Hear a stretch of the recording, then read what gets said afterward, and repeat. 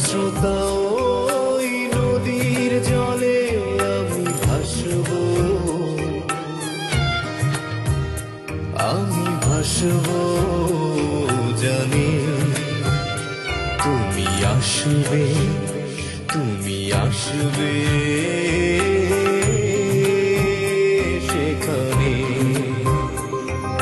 খরস্রোতা ওই নদীর জলে আমি ভাসব, জানি তুমি আসবে সেখানে, তুমি আসবে সেখানে।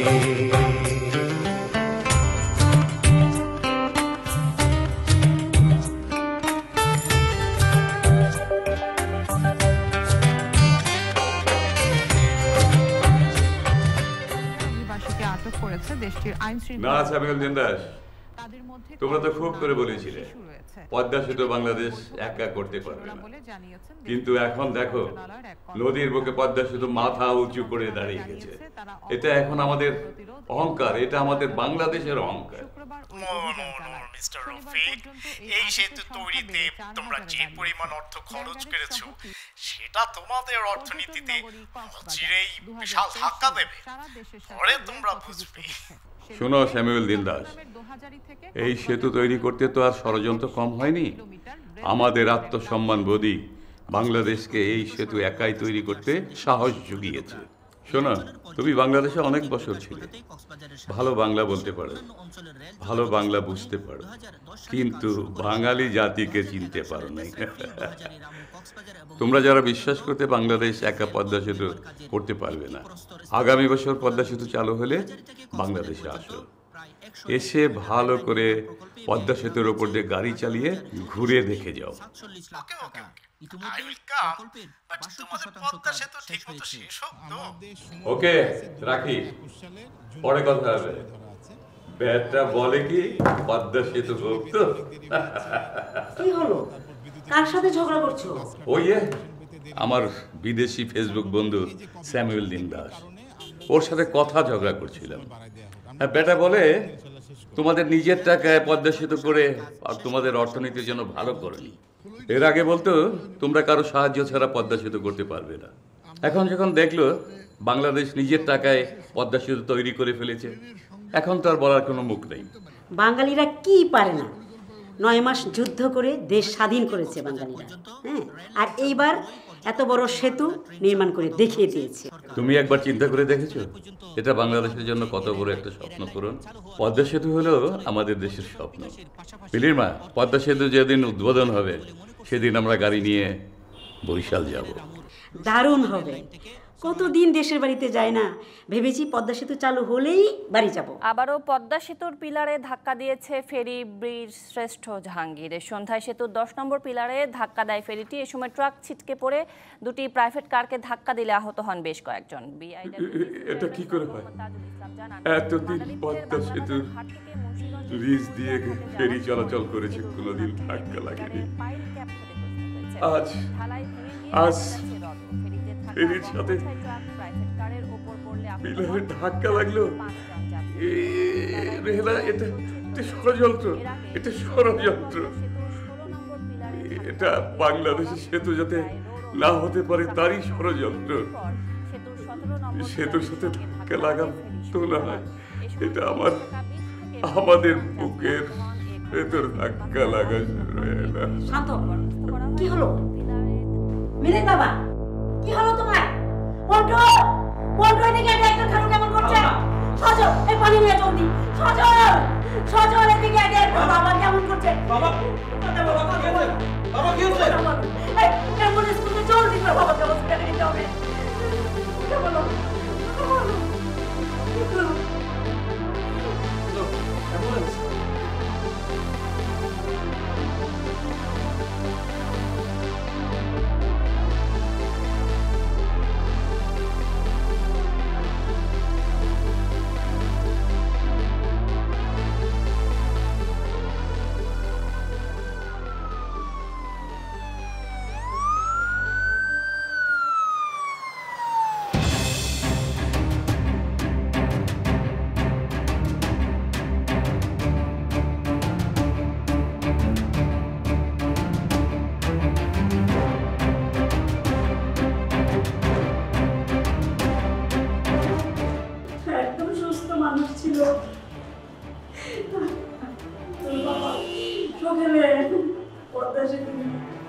উনি বিদেশি ফেসবুক ফ্রেন্ডের সাথে তর্ক করছিল।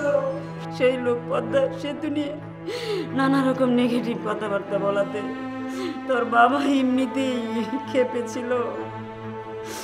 তারপর তারপর আমি আর তোর বাবা বসে চা খাচ্ছিলাম আর টিভি দেখছিলাম। তখনই টিভিতে পদ্মা সেতুর পিলারে ফেরি ধাক্কা মেরেছে। এই খবর শুনে অস্থির হয়ে যায় তোর বাবা, বলতে লাগলো এটা একটা ষড়যন্ত্র, এই ধাক্কা আমার বুকে লেগেছে। এই বলেই বুকটা চেপে ধরে ব্যথায় চিৎকার করতে লাগলো। এখন কি হবে জানি না। আসলে বাবা পদ্মা সেতুর এই নেগেটিভ খবর সহ্য করতে পারেনি মা। এখন বলো ডাক্তার কি বলেছে? 72 ঘন্টা না গেলে কিছুই বলা যাবে না, হার্ট অ্যাটাক করেছে। দোয়া কর মা, জামাইকে বলিস। হ্যাঁ সজলকে দিচ্ছি। সজল নিয়ে কথা বলবে। আপা বল।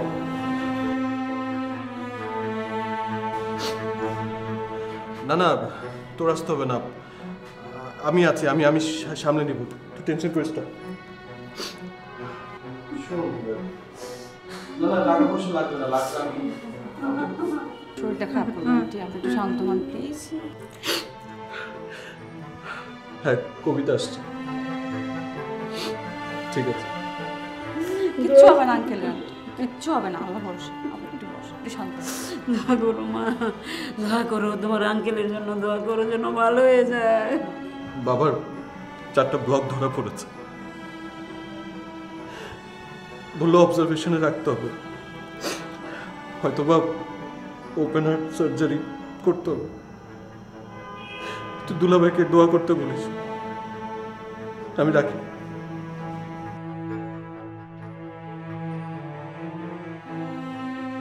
কি অবস্থা এখন আঙ্কেলের? অবস্থা ভালো না, এনজিওগ্রাম করলো, বললো 4টা ব্লক আছে হার্টে। মানে এখন এরপরে আপডেট কি? মানে ওপেন হার্ট করতে হবে নাকি রিং করাতে হবে? বললো তো ওপেন হার্ট। সজল প্লিজ তুমি এভাবে ভেঙে পড়ো না। আন্টিকে কে সামলাবে বলো? আঙ্কেলের কিচ্ছু হবে না, অপারেশন ঠিকঠাক মতন হয়ে যাবে, টেনশন করো না। তুমি জানো বাবার স্বপ্ন কি ছিল?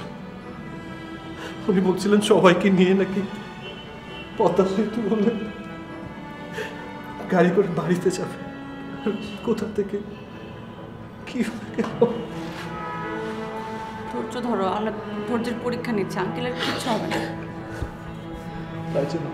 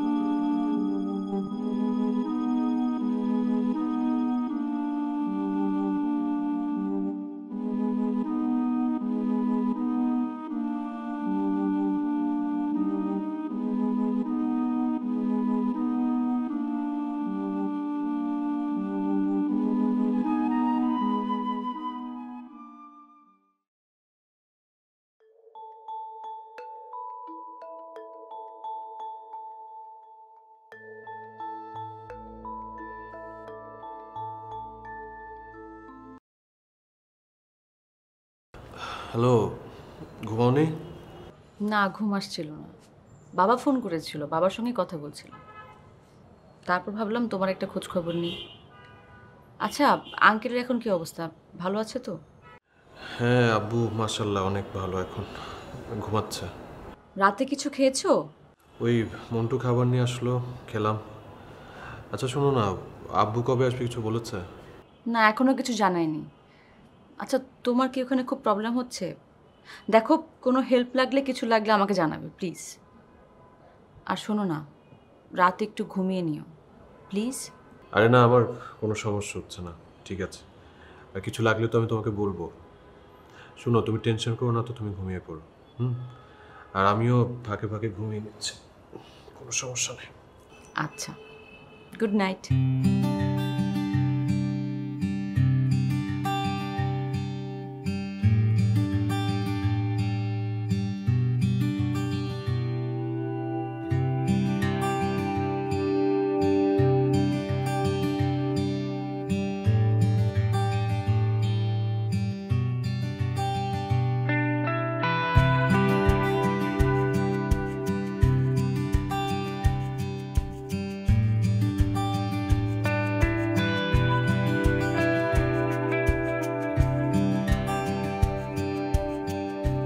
সরি, অনেক দেরি করে ফেলছি না?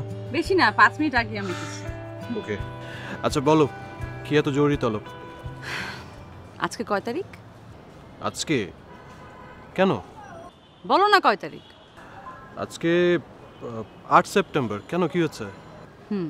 আজকের দিনে একজন মানুষের জন্মদিন, সেটা হতে পারে আমার, নয়তো তোমার। ও মাই গড, আজকে তো আমার বার্থডে। দেখছো, আমি না একদমই ভুলে গেছি। সে কি করবো বলো, বাবার শরীরটা এত খারাপ, মানে ওনাকে নিয়ে দিন রাত কিভাবে কাটছে। বাট তুমি তো মনে রেখেছো, thank you so much. You are always welcome. Happy birthday to you. আঙ্কেলের এই সিকনেসের মধ্যে তুমি যে এসছো, এটাই অনেক বড় কিছু। দেখো না কেমন হয়েছে এটা। আচ্ছা, কি আছে এতে? তোমার ফেভারিট কালার শার্ট আর সানগ্লাস। সিরিয়াসলি? আচ্ছা কবিতা, তুমি এত কষ্ট করতে গেলা কেন? বাড়ি ভালোবাসার মানুষের জন্য কিছু করতে পারে অনেক আনন্দ আছে, এটা থেকে আমি কেন বঞ্চিত হব? তাই না? দেখো না পছন্দ হয়েছে কিনা। আরে তোমার পছন্দ আমারও পছন্দ। কোনোদিন এরকম হয়েছে তুমি কিছু দিয়েছো আমি পছন্দ করিনি? Wow, excellent. আচ্ছা চলো কোথায় গিয়ে বসি, let me give you a treat. আরে না, আজকে না, অন্য একদিন তোমার বার্থডে সেলিব্রেট করব। তুমি এখন আঙ্কেলের কাছে যাও হসপিটালে। আরে রে, আচ্ছা ঠিক আছে, অ্যাটলিস্ট তোমাকে সামনে এগিয়ে দিই, চলো। এটা করা যায়। আসো।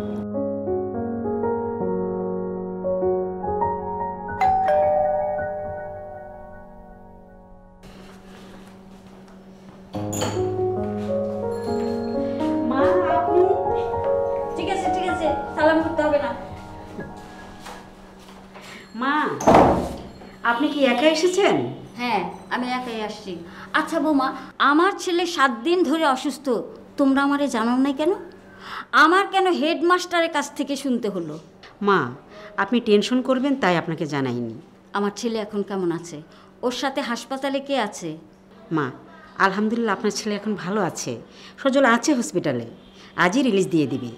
কয়দিন ধরেই বুকের ভিতরটা কেমন অস্থির লাগতেছিল, মনে হচ্ছিল না জানি কোত্থেকে কোন দুঃসংবাদ আসে। কালকে সকালে হেডমাস্টার জানালো আমার ছেলে অসুস্থ। তাই তো বলি, বুকের ভিতরটা এমন অস্থির লাগছে কেন? মায়ের মন তো আগেই টের পায়। কি করে হলো এমন? আপনার ছেলে তো একটা কিছু হলেই টেনশন করে, টেনশন থেকে হয়েছে। দেন মা, আপনি অনেকটা দূর জার্নি করে এসেছেন, গোসল শেষ করে একবার নাস্তাটা সেরে নিন। চলো। ঠিক আছে, চলো চলো। বাবা, ডাক্তার বলেছে আজকে নাকি তারা তোমাকে রিলিজ করে দেবে, তুমি বাড়িতে যেতে পারবা। খালু, আমি একটা কথা বলতে চাই। বল। কি এটা? টাকা। টাকা? খালু, পদ্মা সেতুর ফিলারের ফেরির ধাক্কায় যে ক্ষতিটা হয়েছে তা সরানোর জন্য আমার জমানো 1 বছরের বেতনের টাকা আপনি ইঞ্জিনিয়ারকে দেওয়ার ব্যবস্থা করেন। আর আপনি সেতু নিয়ে কোনো চিন্তা করবেন না খালু, এই যেই টাকা এটা দিয়ে ভাঙাটা ঠিক হয়ে যাবে খালু, আপনি কোনো টেনশন করবেন না খালু। আয়, তুই আমার বুকে আয়। তুই আমাকে এত ভালোবাসিস, পাগল ছেলে। তোর টাকা লাগবে না রে, সরকারের টাকায় পদ্মা সেতু তৈরি হয়ে যাবে। নে, তোর টাকা রাখ।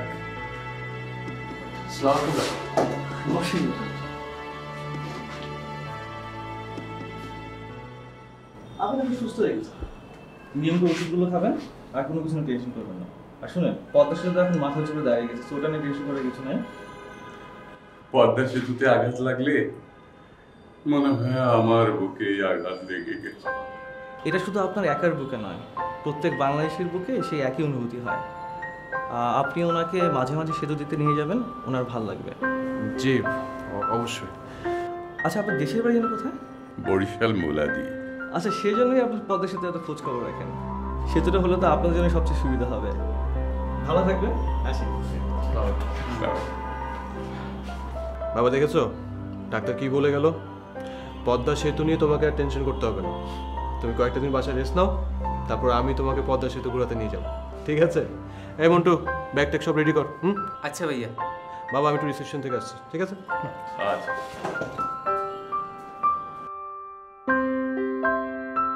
কিরে মা, তুই আসবি তাহলে বলিসনি কেন? ইচ্ছু করে বলিনি মা। একে তো বাবাকে নিয়ে তোমরা সবাই ব্যস্ত ছিলে, তার উপর আমি আসবো জানলে সেটা নিয়েও টেনশন করতে, তাই বলিনি। কিরে, জামাই নানু ভাই ওদেরকে আনিসনি কেন? তোমাদের জামাই ছুটি পায়নি, আর তোমাদের নানু ভাইয়ের স্কুল খোলা। আচ্ছা বলো তো, বাবা এখন কেমন আছে? তোর বাবা এখন আল্লাহর রহমতে ভালো আছেন, হাসপাতাল থেকে রিলিজ দিয়ে দিয়েছেন, একটু পরে চলে আসবেন। ওই তোর বাবা বুঝিয়ে এলেন।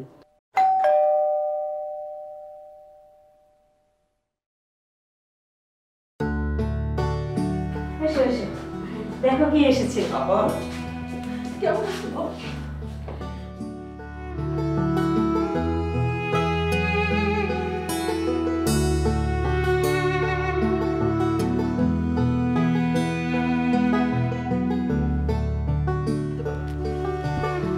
কেমন আছিস রে মা?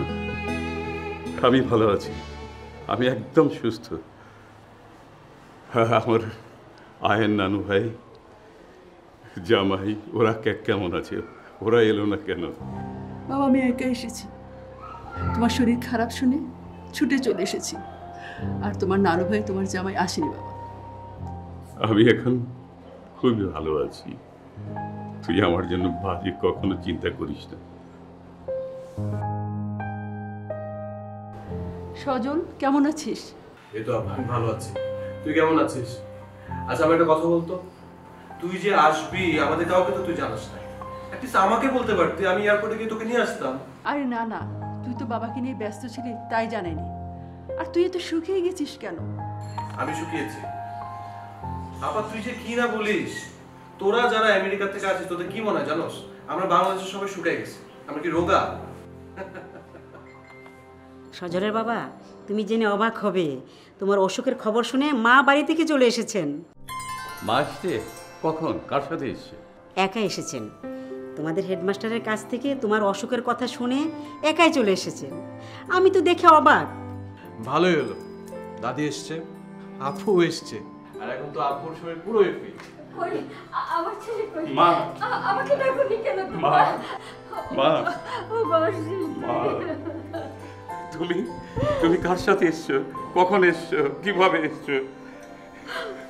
আমি একাই আসছি বাবা। মা তুই অসুস্থ, আমি কে থাকতে পারি? আমি এখন ভালো আছি মা, তোমার দোয়ায় ভালো আছি। থাক দাদি, আর কেঁদো না। বাবা তো এখন ভালোই আছে। হ্যাঁ মা, আমি ভালো আছি। কি রে, তুই কখন আসলি? জামাই বাবু আয়ান?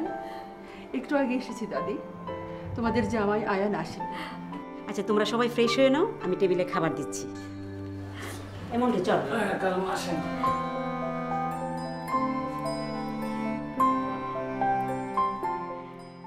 আচ্ছা মিলি আপু কেমন আছেন? হ্যাঁ উনি ভালো আছে। অ্যাকচুয়ালি মেয়েরা বাবাকে এত বেশি ভালোবাসে, বাবার যদি শরীর অসুস্থ থাকে না, মেয়েরা একদম অস্থির হয়ে যায়। হ্যাঁ, মিলিয়াপা তো বাবাকে অনেক ফিল করে। দেখলে না, বাবার অসুস্থতার কথা শুনে কিভাবে জামাই ছেলেকে ফেলে রেখে কিভাবে ছুটে চলে আসলো। আর শোনো, তুমিও কিন্তু অনেক পরিশ্রম করেছো এই কয়েকদিন। এখন একটু প্লিজ রেস্ট নাও। আর আপু থাকতে থাকতে আমাদের বিষয়টা ফাইনাল করে ফেলো। আচ্ছা, ইউ ডোন্ট ওয়ারি। আপা তো মাত্র আসছে, তাই না? আমি আপাকে বলবো। সজল, আমার না আর ভালো লাগে না। বাবা ফোন করলে মাকে শুধু আমার বিয়ের কথাই বলে। দেশি বিদেশি নানান পাত্রের বায়োডাটা পাঠিয়ে ভরে ফেলছে, আর আমি শুধু রিজেক্ট করি। আচ্ছা, তুমি একটা কাজ করতে পারো। তুমি চাইলে এর মধ্যে বাসে এসে ঘুরে যাও। মনে করো আপুর সাথে দেখা হয়ে যাবে, ব্যাপারটা একটু ভালো হয়। কি বলো? আচ্ছা, আমি আসবো। আচ্ছা, ঠিক আছে। Good night. রাখছি।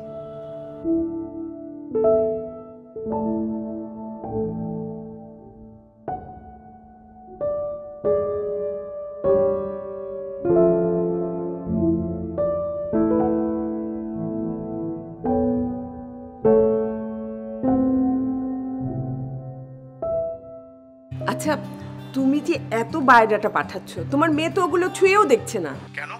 এত ভালো ভালো ছেলের বায়োডাটা পাঠালাম, ওর কি সেগুলো পছন্দ হচ্ছে না? কেমন ছেলে চাই ও? শোনো, মাথাটা ঠান্ডা করে শোনো। তোমার মেয়ের নিজের একটা পছন্দ আছে।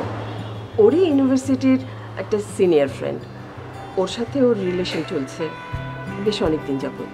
কই, তুমি তো আমাকে আগে কিছু বলনি। আরে, আমি নিজেই তো এটা জানতাম না। আমি তো ভেবেছিলাম ওর সাধারণ একটা বন্ধু আর কি। কিন্তু এখন যখন তুমি এত বায়োডাটা পাঠাতে শুরু করেছো না, তখন ও বাধ্য হয়ে খুলে বলেছে যে ওর পছন্দ আছে। ছেলে কি করে? ওর বাবা কি করে? বাসা কোথায়? ছেলেটা MBA পাশ করেছে, আর ওর বাবা একটা প্রাইভেট কলেজের টিচার ছিলেন। এখন অবশ্য অবসরে আছেন, আর ওদের দেশের বাড়ি হচ্ছে বরিশালে। তুমি ওর বাবা মায়ের সাথে কথা বলেছো? আরে না না, তোমার সাথে কথা না বলে আমি ওদের সাথে কেমন করে কথা বলি বলো? ঠিক আছে, সামনের শুক্রবার বিকালে ছেলেটাকে বাসায় রাখো। আমি ওর সাথে ফোনে কথা বলবো, তবে আমার পছন্দ না হলে কিন্তু আমি সম্মতি দেব না। আহা, তুমি আগে ওর সাথে কথা তো বলো। আগে কেন এত নেগেটিভ চিন্তা করতে থাকো? ঠিক আছে, রাখি। আচ্ছা, বাই।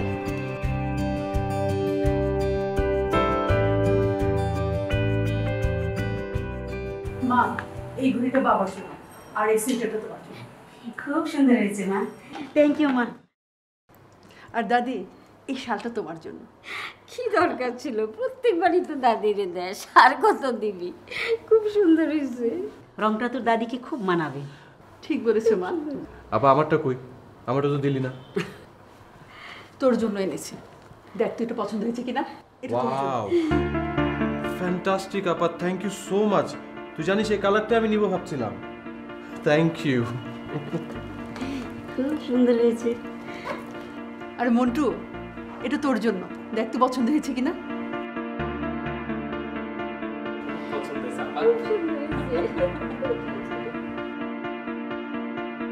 আচ্ছা, আমি যাই, তোর বাবাকে দুটো দেখে।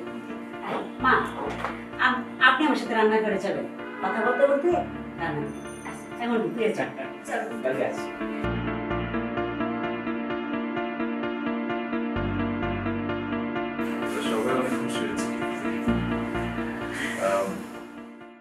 আপা, তোর সাথে একটু জরুরি কথা ছিল। হ্যাঁ বল, কি হয়েছে? না মানে, তুই তো জানিস আমি MBA কমপ্লিট করে এখন চাকরির জন্য ট্রাই করছি, আর এদিকে BCS এর জন্য অ্যাপ্লাই করেছি। BCS কমপ্লিট করতে তো অনেক সময় লেগে যাবে। ভাবছি যদি চাকরি পেয়ে যায় তাহলে হয়তো বা আমি জয়েন করে ফেলবো। মানে আসল কথা হচ্ছে, কবিতারও তো BBA শেষ, ইন্টার্নি করছে, তার উপর ওর বাবা এখন মানে ওর জন্য পাত্র দেখা শুরু করে দিয়েছে। আমি বলছিলাম কি আপা, ওই আমাদের বাসা থেকে যদি অ্যাটলিস্ট বিয়ের প্রস্তাবটা দেওয়া যেত, মানে যদি এঙ্গেজমেন্টটা করে ফেলা যেত, তাহলে আমি নিশ্চিন্ত হতাম আর কি। প্লিজ তুই একটু বাবা মার সাথে কথা বলবি। মানে কবিতা না বাসায় কিছু বলতে পারছে না, তুই তো জানিস ওর বাসায় অনেক স্ট্রিক্ট, এই জন্য আর কি। প্লিজ। অবশ্যই বলবো, তুই কোনো টেনশন নিস না তো। আমি USA যাওয়ার আগে অবশ্যই তোদের বিয়েটা করিয়ে দেব। থ্যাংক ইউ আপা, থ্যাংক ইউ সো মাচ। আসসালামু আলাইকুম আপু। ওয়ালাইকুম সালাম। কেমন আছো বিনিতা? এই মাত্র তোমার কথা বলছিলাম, তোমার অনেক হায়াত। তোর মা কেমন আছে? পাশে বসো। বাবা জার্মানি থেকে আসছে না বিদেশে? না, এখন বাবা আসেননি। আর শুনলাম যে আপনি এসেছেন, আমি একদম দৌড়ে চলে এসেছি। আর আপু, ভাইয়া কেমন আছে? বাবু কেমন আছে? সবাই ভালো আছে। তাড়াহুড়ো করে এসেছি তো, তেমন কিছু আনতে পারিনি। এটা তোমার জন্য। আরে এইসবের কি দরকার ছিল আপু? Anyways thank you so much, এটা আমার ফেভারিট ব্র্যান্ড। খুব ভালো লাগছে। তোমার পছন্দ হয়েছে নাকি? হ্যাঁ আপু, আপনি যাবার আগে কিন্তু অবশ্যই আমাদের বাড়ি থেকে বেরিয়ে যাবেন। অবশ্যই যাব। আর শোনো, তোমরা দুজন বসে গল্প করো, আমি একটু আসছি। জি। আর যাওয়ার আগে অবশ্যই খেয়ে যাবে, ঠিক আছে? ঠিক আছে, আপনি যান। শুধু দুপুরেরটা না, রাতেরটাও খেয়ে যেতে হবে। এই তোমার না অনেক সুন্দর লাগছে। Thank you. By the way, তুমি যে আসবে তুমি আগে কেন বলনি? হ্যাঁ বলিনি, সারপ্রাইজ তাই। সিরিয়াসলি? আচ্ছা, আঙ্কেলের অবস্থা কেমন এখন? হ্যাঁ, আব্বু মাশাআল্লাহ অনেক ভালো এখন। আচ্ছা শোনো না, আজ কিন্তু তুমি সারাদিন থাকবে, বুঝছো? তুমি সাথে থাকলে আমার দিনটা খুব ভালো যায়। তুমি আছো তোমার দিন নিয়ে, আমি টেনশনে মারা যাচ্ছি। কেন, কি হয়েছে? বাবা ফোন করেছিল, জার্মানির কোন প্রফেসর মানে আমার জন্য বিয়ের প্রস্তাব পাঠিয়েছে। আর আমি তাকে পছন্দ করি কিনা সেটা জানতে চেয়েছে। আমি না পেরে মাকে বলে দিয়েছি যে আমি তোমাকে পছন্দ করি, আর মাও সেটা বাবাকে বলে দিয়েছে। আর সামনে শুক্রবার বিকেলে তোমাকে যেতে হবে আমাদের বাসায়। তুমি যখন বাসায় যাবে তখন বাবা ফোনে তোমার সাথে কথা বলবে। মানে কি, আমাকে এখন ইন্টারভিউ দিতে হবে নাকি শুধু চা খাইয়ে পত্রপাত বিদায় দিবে, কোনটা? হ্যাঁ, ইন্টারভিউ নিলে নিবে, ফেল তো আর করাতে পারবে না। আমি তো মাকে বলেই দিয়েছি আমি শুধু তোমাকেই বিয়ে করবো, আর কাউকে না। আচ্ছা ঠিক আছে, তুমি একদমই টেনশন করো না, আমি টাইম মতো চলে যাব। আর দেখি ওই বিবাহের প্রাক প্রস্তুতি গাইডটা একদম মুখস্থ করে ফেলবো, যাতে করে যে কোনো প্রশ্নের উত্তর দিলে ঝটপট বলে দিতে পারি। আমার না কেমন জানি নার্ভাস ফিল হচ্ছে এখন। তুই নার্ভাস এখন থেকে? হ্যাঁ। শুক্রবার অনেক দেরি আছে। না, 2-3 দিন। এই কতক্ষণ থাকবা? তুই তো আপু বলবো না খেয়ে যেতে। হ্যাঁ, রাতে একটু খেয়ে যেতে হবে। আপা আসবো? আরে হাই আই সজল। আপা, আপা তোর সাথে একটা জরুরি বিষয় নিয়ে একটু আলাপ ছিল, মানে একটা পরামর্শ নিতে আসছিলাম। কোনো সিরিয়াস কিছু? অবশ্যই সিরিয়াস আপা। কবিতার বাসায় ওর মা আমাকে যেতে বলেছে। ওর মা নাকি ওর বাবার সাথে আমাকে ফোনে কথা বলিয়ে দেবে। আমার না এখন কেমন জানি ফিল হচ্ছে, আমি কি করবো আমি কিছুই বুঝতে পারছি না। এটা তো স্বাভাবিক ব্যাপার। তুই কবিতাকে পছন্দ করেছিস, কবিতা তোকে ভালোবেসেছে, বাবা হিসেবে তো তার জানার অধিকার আছে তুই কেমন। এটা তো একটা ফর্মালিটিস মনে হয়। তুই যাবি, কবিতাকে কত ভালোবাসিস এইসব বোঝাবি, আর বিয়েটা তো অবশ্যই। আপা সেটা ঠিক আছে, এক তো আমি চাকরি ইন্টারভিউ দিতে দিতে কাহিল হয়ে গেছি, তার উপর যদি এখন মানে বিয়ের ইন্টারভিউ দিতে তাহলে কেমনটা লাগে বলো? আপা আমি না খুব নার্ভাস ফিল করছি, তুই একটু আমার সাথে যাবি প্লিজ? না, তোকে একা যখন ডেকেছে তুই একা দেখা করে আয়, আর আমরা তো অফিসিয়ালি যাচ্ছি। আপা অফিসিয়ালি যাচ্ছি বলে কি তুই আমাকে এই হেল্পটা করবি না? তুই যাবি না? না রে ভাই। ঠিক আছে, বুঝতে পারলাম। কি আর করা, আমার সমস্যা তো আমাকে সমাধান করতে হবে। তুই তুই না এখনো স্বার্থপর হয়ে গেলি। একটা জিনিস খেয়াল করেছিস? কি আপা? বাবাকে প্রতিদিন সকালে হাঁটতে নিয়ে যাওয়াতে বাবার শরীরটা আগের থেকে কত ভালো। বাবা যে এত দ্রুত সুস্থ হয়ে উঠবে সেটা আমি কল্পনাও করতে পারিনি। So happy. আচ্ছা ঠিক আছে, তোকে আর ডিস্টার্ব করবো না, আমি যাই।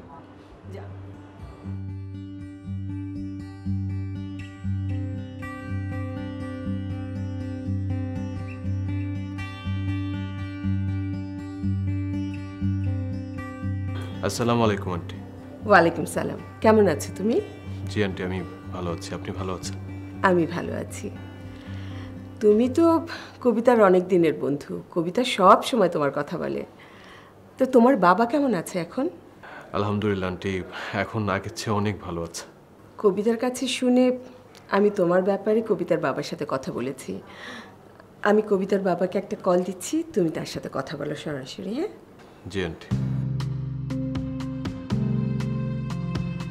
হ্যালো, কি খবর? সজল এসেছে? হ্যাঁ এসেছে, তুমি কথা বলো। হ্যালো, আসসালামু আলাইকুম আঙ্কেল। ওয়ালাইকুম আসসালাম। তুমি কেমন আছো? জি আঙ্কেল, আমিও ভালো আছি। কবিতার মা তোমার কথা বলছিল, ভাবলাম তোমার সাথে একটু ফোনে কথা বলি। তোমার পড়াশোনার কি অবস্থা? আঙ্কেল, আমি ঢাকা ভার্সিটি IBA থেকে MBA করেছি, এখন BCS দিচ্ছি। তাছাড়া কিছু মাল্টিনেশনাল কোম্পানিতে আমি জবের ইন্টারভিউ দিয়েছি। এর মধ্যে যদি কোনো একটা হয়ে যায় হয়তো আমি জয়েন করে ফেলবো।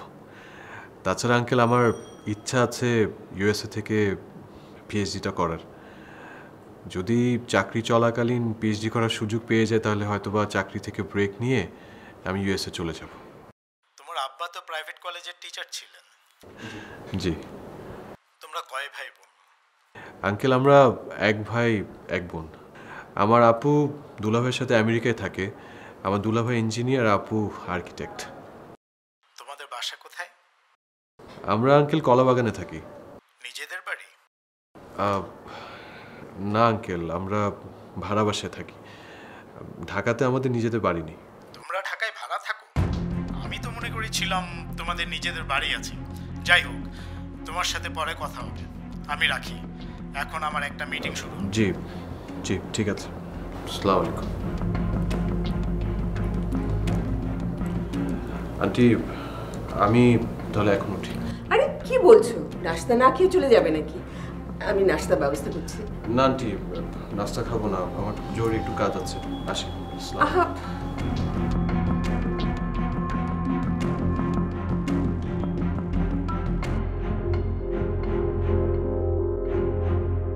সজল কোথায়? ওর জন্য কফি বানিয়ে আনলো? ও তো তোর বাবার সাথে কথা বললো, তারপর বললো যে চলে যাবে। আমি এত করে বললাম যে নাস্তা করে চা খেয়ে কফি খেয়ে যাও, সে বললো না, তার কি জরুরি কাজ আছে, সে চলে গেল।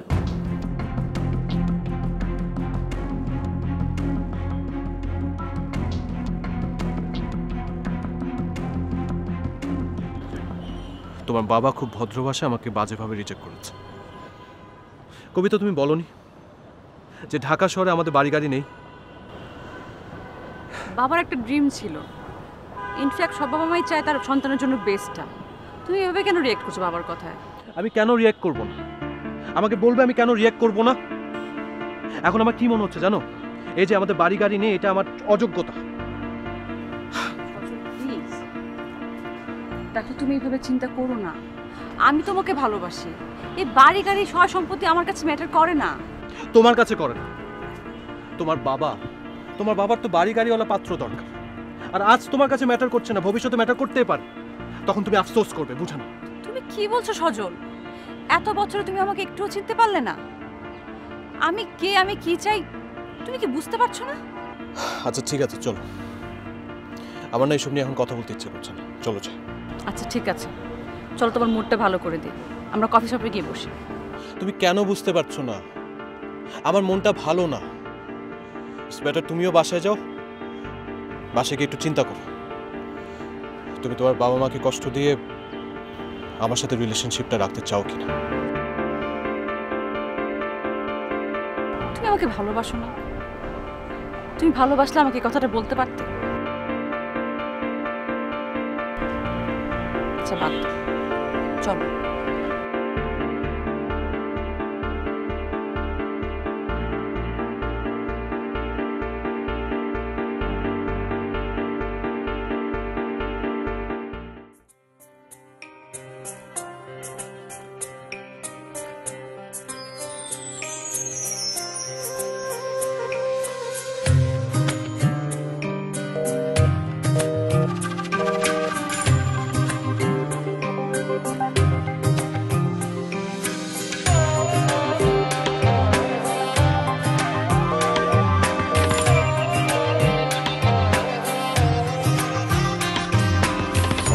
স্রোতা ওই নদীর জলে আমি ভাসবো,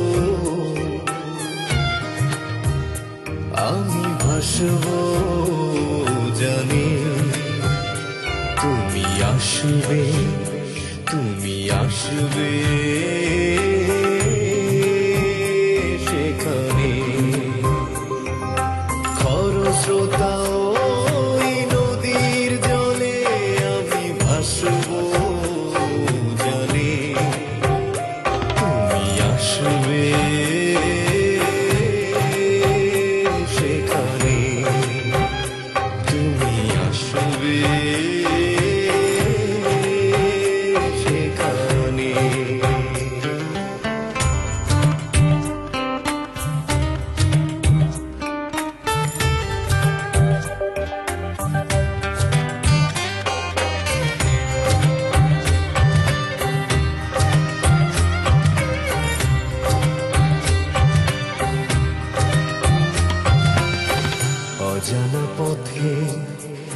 ভাসবো দুজনে দৃষ্টি সীমানা ছাড়িয়ে।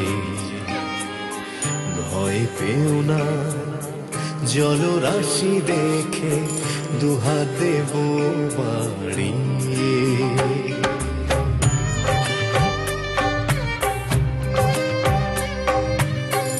অজানা পথে ভাসবো দুজনে দৃষ্টি সীমানা ছাড়িয়ে। ভয় পেও না জলরাশি দেখে দুহাত দেব বাড়িয়ে। তুমি আসবে সেখানে, তুমি আসবে সেখানে।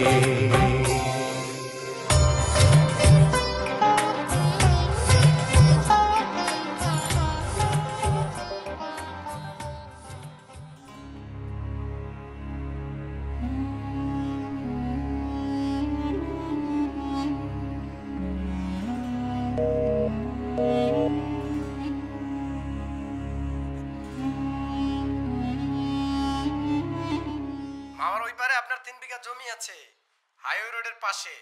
আরে সাইনবোর্ডে আপনার মোবাইল নাম্বার দেখে ফোন করলাম, আপনার ওই জায়গাটা আমি কিনতে চাই। না, আমি আমার জায়গা বেচবো না। ওখানে আমার নাম দিয়েছি, ফোন নাম্বার দিয়েছি, যাতে আমার জায়গা নিয়ে কেউ চিটারি করতে না পারে। আরে ভাই, আপনি তো ঢাকায় থাকেন, কি করবেন ওই জায়গা দিয়ে? আমি নিয়ে একটি হোটেল করতে চাচ্ছিলাম, বাজার দরের চাইতে আমি বেশি দেব। সরি, আমি আমার কথা বলে দিয়েছি, রাখি।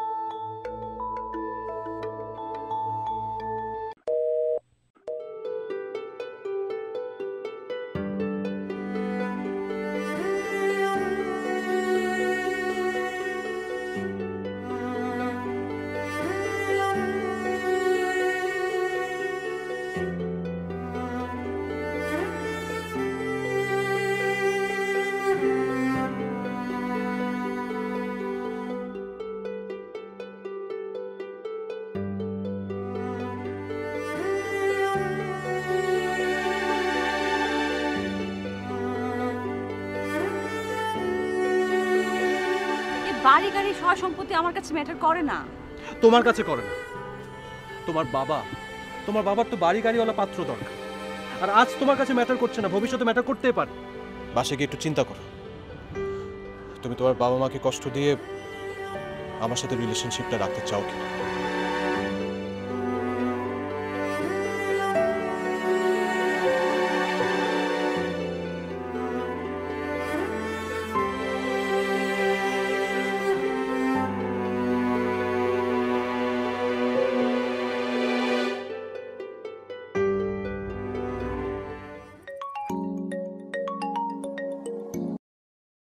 হ্যালো কবিতা, কেমন আছো?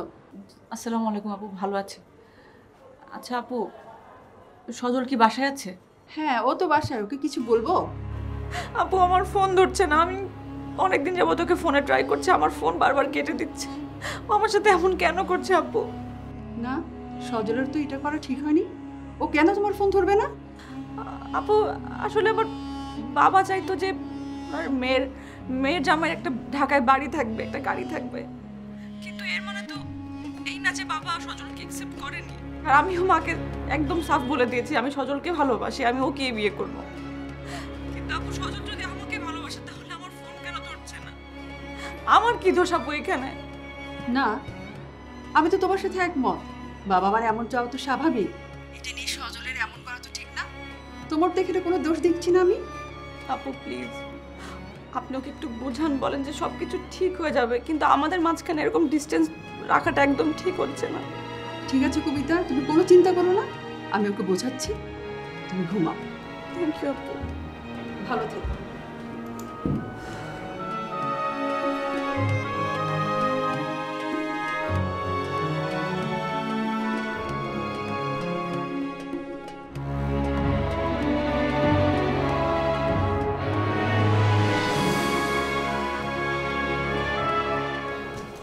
ভাইয়া। আরে আপা, আয় না, বয়।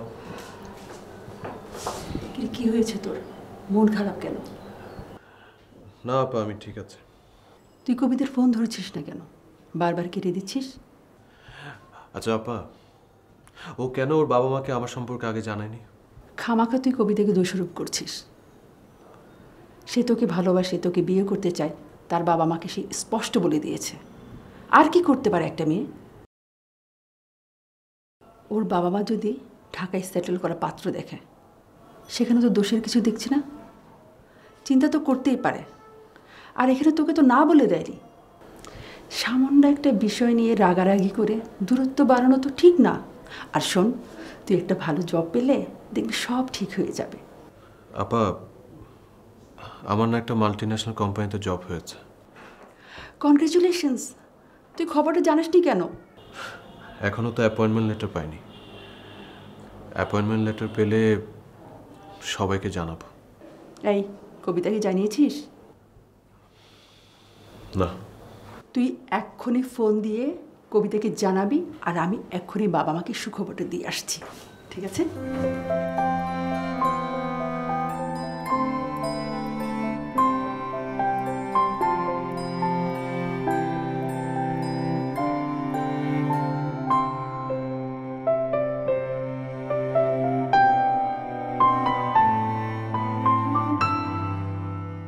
ঢাকায় বাড়ি নেই, এটা কোনো গ্রাউন্ড হলো? তাহলে তাদের মেয়েকে কেন আমার ছেলের সাথে মিশতে দিল? শোনো বাবা, সব বাবা মাই চাই তাদের সন্তানদের এমন ফ্যামিলিতে বিয়ে হোক যাদের গাড়ি বাড়ি সব আছে। আমার ঢাকায় বাড়ি নেই তাতে কি হয়েছে, কিন্তু পদ্মা সেতুর ওপারে আমার যে জায়গা রয়েছে সেখানে বাড়ি করলে ঢাকাও ফেল করবে। আমি শুধু অপেক্ষা করছি পদ্মা সেতু কবে চালু হবে। বহু লোক আমার জায়গা কেনার জন্য যোগাযোগ করছে। আমার সেখানে 3 বিঘে জায়গা, ফল ফলাদি গাছ দিয়ে ভরে আছে। হীরের টুকরো জমি আমার। চিন্তা করে দেখ, 3 বিঘা জায়গার উপরে যদি একটা বাড়ি বানাই সে কেমন হবে? আর সেই কথা কেন কবিতার বাবাকে বলতে পারি? মিলির আছে সেখানে 5 একর জায়গা। মিলির হাজবেন্ড এবং তার বন্ধুরা সেখানে একটা ডিজনিল্যান্ডের আদলে একটা প্রজেক্ট বানাতে যাচ্ছে। শুধু পদ্মা সেতুটা চালু হতে হবে। বাবা, কবিতার গাড়ি বাড়ি নিয়ে কোনো এক্সপেকটেশনস নেই। ও আমাকে অনেক পছন্দ করে। অ্যাকচুয়ালি এটা ওর বাবার এক্সপেকটেশন, কিন্তু কবিতা ওর বাবা মাকে বলে দিয়েছে যে ও আমাকে ছাড়া কাউকে বিয়ে করবে। আসলে মেয়েটা তোকে খুব ভালোবাসে, আর মেয়েটা দেখতে যা সুন্দর। বাবা চলো, সামনের শুক্রবার সন্ধ্যায় কবিতাদের বাসায় যাই। সত্যি বিষয়টা মিলি থাকতে থাকতে ফাইনাল হওয়া উচিত। এই মিলি, তুই কবিতার মাকে জানিয়ে দিয়ে যে আমরা সামনের শুক্রবারে ওনাদের বাসায় যাবো। ঠিক। ওকে শোনো, তুই কোনো চিন্তা করিস না, আমি হাতে দিয়ে সব ম্যানেজ করি। Thank you.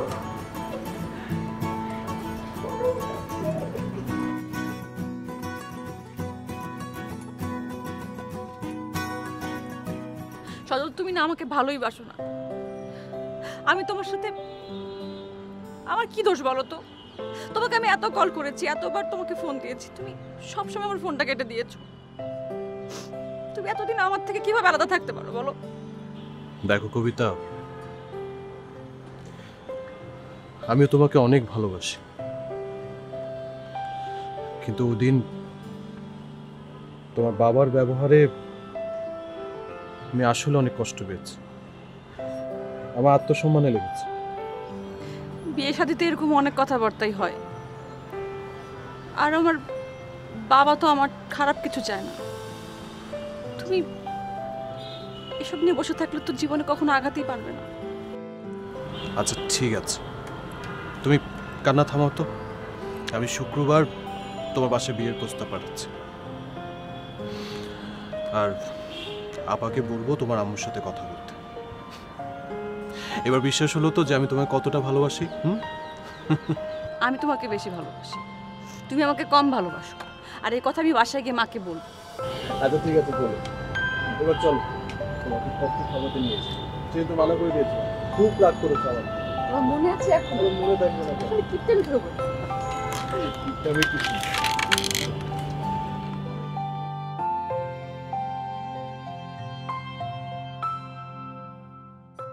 জি ভাই সাহেব, এখন আপনি ভালো আছেন? হ্যাঁ আলহামদুলিল্লাহ ভালো আছি। আপা এমনিতে ওর কোনো শারীরিক সমস্যা ছিল না। ওই যেদিন হার্ট অ্যাটাক করে সেদিন সকালবেলায় ওর এক বিদেশি ফেসবুক ফ্রেন্ডের সাথে ফোনে এই পদ্মা সেতু নিয়ে তর্ক বিতর্ক করছিল।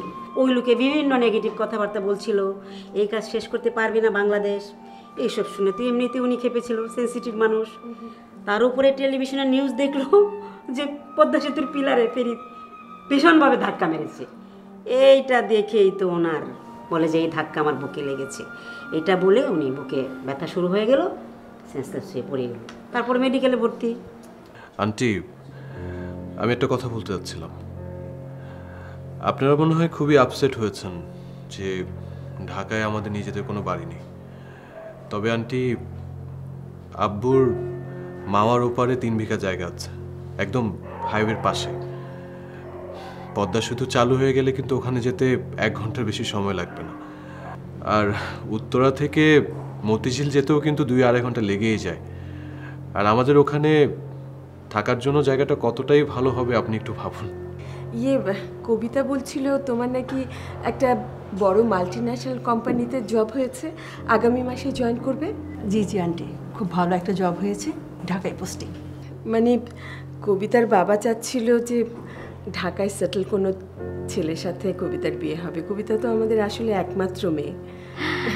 শোনো, আল্লাহ সবার সব ইচ্ছা তো পূরণ করে না। হ্যাঁ, ওরা দুইজনরে ভালোবাসে, ওরা যেন সুখে থাকে সেই দোয়াই করো।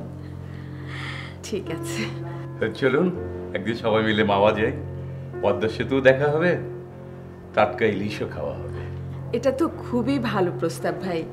আচ্ছা, আমি কবিতার বাবার সাথে আপনাদের পরিচয় করিয়ে দিচ্ছি, ফোন দিচ্ছি, আপনারা কথা বলেন। হ্যালো। হ্যালো, মেহমান এসেছে? হ্যাঁ, সজলের বাবা মা, সজলের বোন, সজলের দাদি সবাই এসেছে। তুমি একটু ওনাদের সাথে কথা বলো, সজলের বাবাকে দিচ্ছি। হ্যালো, আসসালামু আলাইকুম। ওয়ালাইকুম আসসালাম। আমরা আপনার বাসায়, আর আপনি জার্মানিতে। আসলে আমি ছুটি না পাওয়াতে এই মুহূর্তে দেশে আসতে পারলাম না। আমি সব শুনেছি কবিতার মায়ের কাছে। আমাকে ভাবার জন্য একটু সময় দিন, আমি দেশে এসে সামনাসামনি আপনাদের সাথে কথা বলবো। হ্যাঁ হ্যাঁ অবশ্যই, আপনি সময় নিয়ে ভাবেন, আমাদের কোনো আপত্তি নাই। ঠিক আছে, আপনারা কথা বলেন, আমি পরে আবার কথা বলবো। আপনারা সবাই কষ্ট করে আমার বাসায় এসেছেন, সেজন্য আপনাদেরকে অনেক ধন্যবাদ। আপনাদেরকেও আমি দাওয়াত দিয়ে যাচ্ছি, আপনারা আমাদের বাসায় আসবেন। আচ্ছা, আসসালামু আলাইকুম।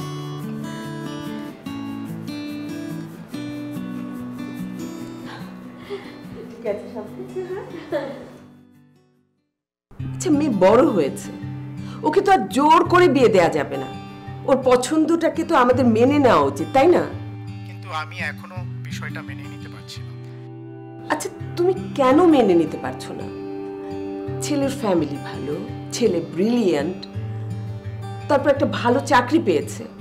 ঢাকায় বাড়ি থাকা না থাকার তো কোনো মানে হয় না, মানে এটাতে কি এসে যায়? দেখো, আমার একমাত্র মেয়ে, আমারও তো একটা স্বপ্ন আছে মেয়েকে নিয়ে, মেয়ে শ্বশুর বাড়ি নিয়ে।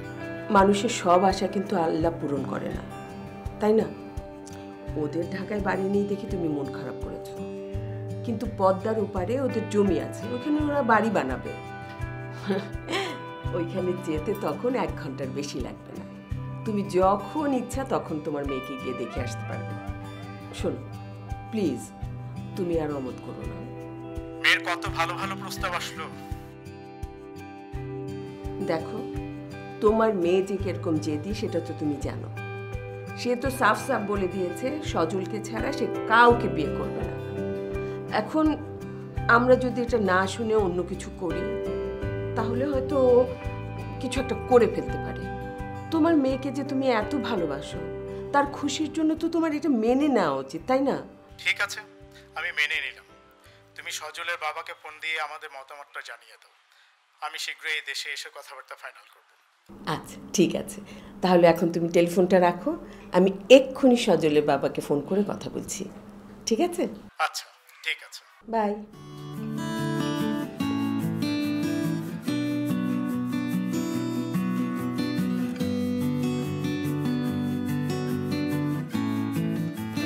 ওয়ালাইকুম সালাম বিআই সাহেব। মানে আমি একটু আগে কবিতার বাবার সাথে কথা বললাম। সে কিন্তু আপনাদের এই প্রস্তাবে রাজি আছে। কিছুদিনের মধ্যেই কবিতার বাবা দেশে ফিরে এসে বিয়ের সমস্ত ব্যবস্থা করবেন। আর কাল সকালে কিন্তু আমি আপনাদের বাসায় আসছি কবিতাকে নিয়ে। আমরা সবাই মিলে মাওয়া যাব পদ্মা সেতু দেখতে। ঠিক আছে ভাই সাহেব, রাখি তাহলে। আচ্ছা, আসসালামু আলাইকুম।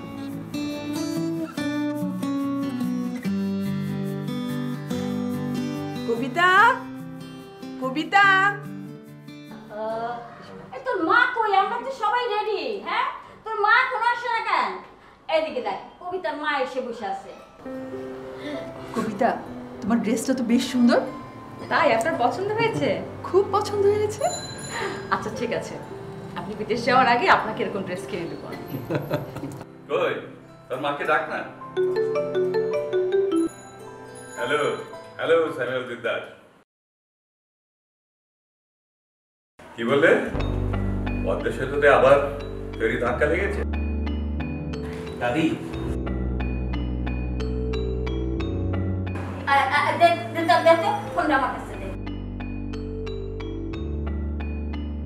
এই যে হ্যালো বিদেশি সাহেব, হ্যাঁ, পদ্মা সেতুর পিলারে ধাক্কা লাগছে আর অমনি বাংলাদেশে ফোন দেওয়া আরম্ভ হয়ে গেছে না? হিংসা লাগে, ষড়যন্ত্র করে আর কোনো লাভ নাই। আর কোনো ষড়যন্ত্র চলবো না, মেলার ষড়যন্ত্র করছেন। রাখেন ফোন। দাদি একদম ঠিক বলেছো, 100% কারেক্ট। একদম উচিত শিক্ষা দিয়েছেন খালাম্মা। ওনার লজ্জা থাকলে উনি আর কখনো পদ্মা সেতু নিয়ে কোনো নেগেটিভ কথা বলবেন না। উনি বুঝে গিয়েছেন বাঙালির পদ্মা সেতুর স্বপ্ন এখন সত্যি হয়ে গেছে। We can, we did.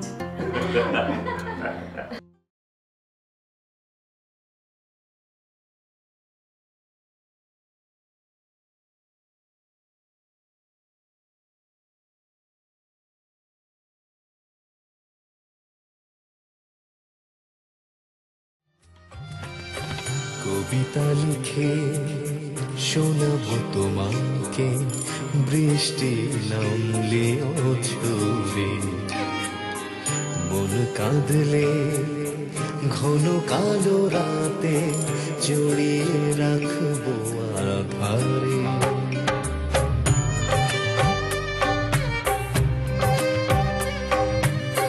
কবিতা লিখে শোনাবো তোমাকে, বৃষ্টি নামলেও ছুড়ে, মন কাঁদলে ঘন কালো রাতে জড়িয়ে রাখবো আধারে।